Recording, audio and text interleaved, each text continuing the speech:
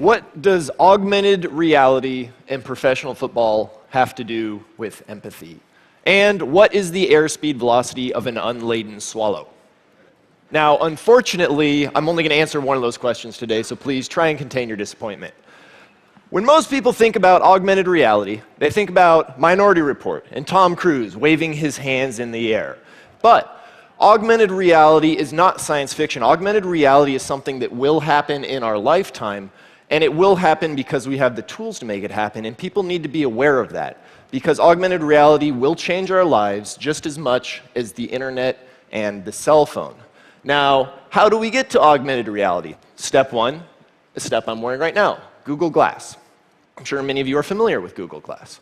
What you may not be familiar with is that Google Glass is a device that will allow you to see what I see. It will allow you to experience what it is like to be a professional athlete on the field. Right now, the only way you can be on the field is for me to try and describe it to you. I have to use words. I have to create a framework that you then fill in with your imagination. With Google Glass, we can put that underneath a helmet, and we can get a sense of what it's like to be running down the field at 100 miles an hour, your blood pounding in your ears. You can get a sense of what it's like to have a 250-pound man sprinting at you, trying to decapitate you with every ounce of his being. And I've been on the receiving end of that, and it doesn't feel very good.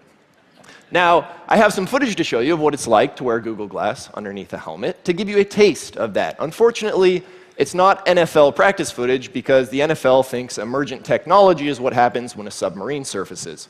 But we do what we can.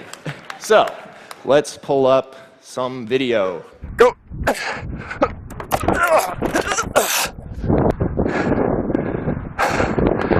Oh, getting tackled sucks. Hold on. Let's get a little closer. All right, ready? Go! So, as you can see, small taste of what it's like to get tackled on the football field from the perspective of the tacklee. Now, you may have noticed there are some people missing there, the rest of the team. We have some video of that courtesy of the University of Washington. Hey, my 54, say no. Blue, wait, go. Oh. So again, this takes you a little bit closer to what it's like to be on that field, but this is nowhere what it's like to be on the NFL. Fans want that experience. Fans want to be on that field. They want to be their favorite players. And they've already talked to me on YouTube. They've talked to me on Twitter saying, hey, can you get this on a quarterback? Can you get this on a running back? We want that experience. Well, once we have that experience with GoPro and Google Glass, how do we make it more immersive? How do we take that next step? Well, we take that step by going to something called the Oculus Rift, which I'm sure many of you are also familiar with. The Oculus Rift has been described as one of the most realistic virtual reality devices ever created, and that is not empty hype. I'm going to show you why that is not empty hype with this video.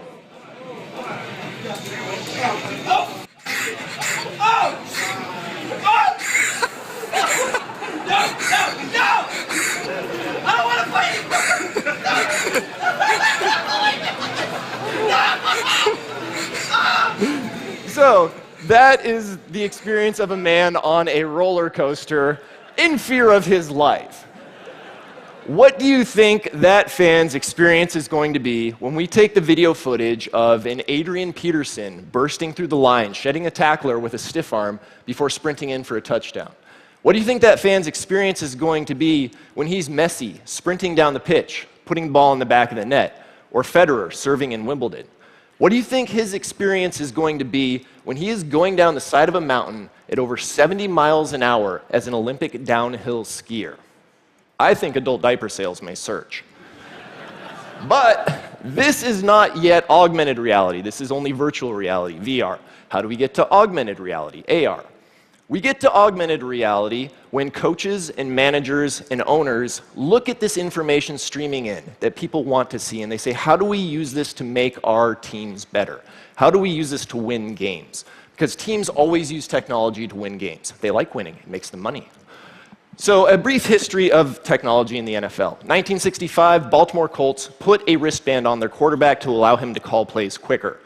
They ended up winning a Super Bowl that year. Other teams followed suit. More people watched the game because it was more exciting. It was faster. In 1994, the NFL put helmet radios into the helmets of the quarterbacks and later the defense. More people watched games because it was faster. It was more entertaining. In 2023, imagine you're a player walking back to the huddle and you have your next play displayed right in front of your face on your clear plastic visor that you already wear right now.